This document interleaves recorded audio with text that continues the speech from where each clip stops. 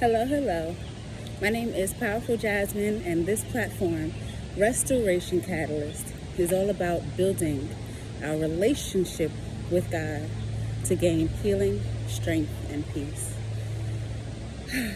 The morning I'm having is super chill, and I titled the video Take Inventory because I'm just walking around in a neighborhood that I've lived in for a very long time, and even from yesterday it's kind of trickling over the emotional memories or milestones in the journey I've had, especially as a mom and a wife, and even to situations as recently as last year.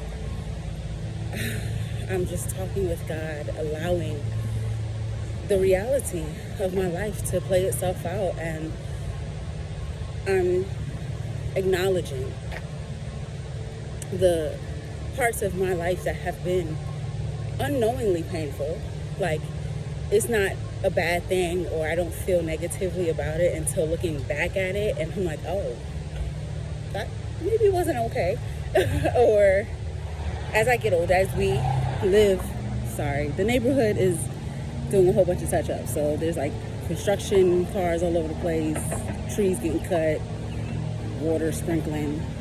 I tried to get to quiet, but anywho, as I get older, as we get older, there are some encounters or comparisons that we gain to compare with the past. So, for example, me praying and believing in God for a spouse who will prioritize me. And this thought came after walking and reminiscing and really inventorying my memories of years of either neglect or just not being important enough. And I say that from my mother's stage of like graduations and the times when I should have had somebody right by my side holding my hand and didn't.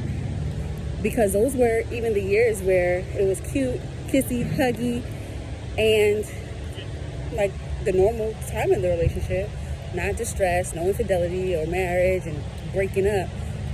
And yet, in this today inventory of those memories, I'm allowing myself to acknowledge the extent.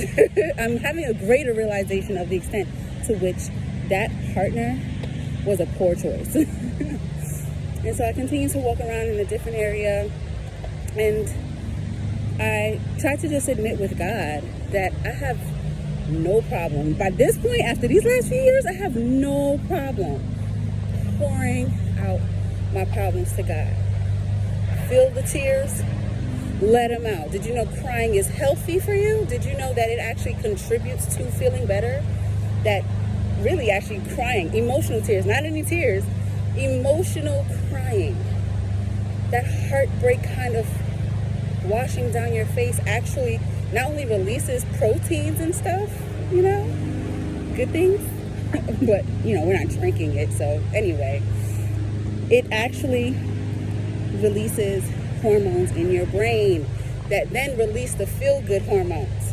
So just physically, if you cry, let out the pain physically. Your heartbreak needs to come out, literally.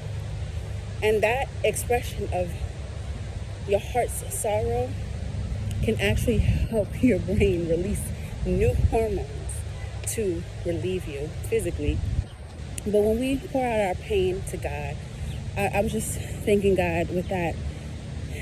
God's really repeatedly, increasingly replaced my pain with peace.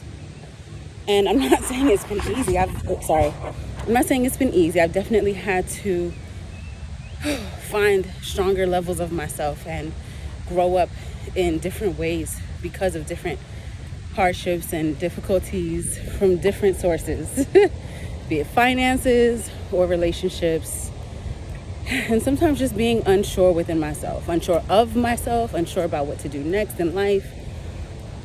But I say take inventory because I'm having such a sit with God, feel the wind moment to not be in the pain. Like, I'm aware of it, but it's not pushing me around. I'm aware of it, but it's not taking me backwards. That part, to even have memories that don't hold you and pull you back like a not slingshot. Yeah, kind of like a slingshot. But even when you have these moments to inventory your past and to really reflect on the healing, strength, and peace you've gained over the years, I want you to just make sure that you acknowledge God for being there with you through it all. That's a good way to end this. Have a good one. Thank you for liking, sharing, and subscribing.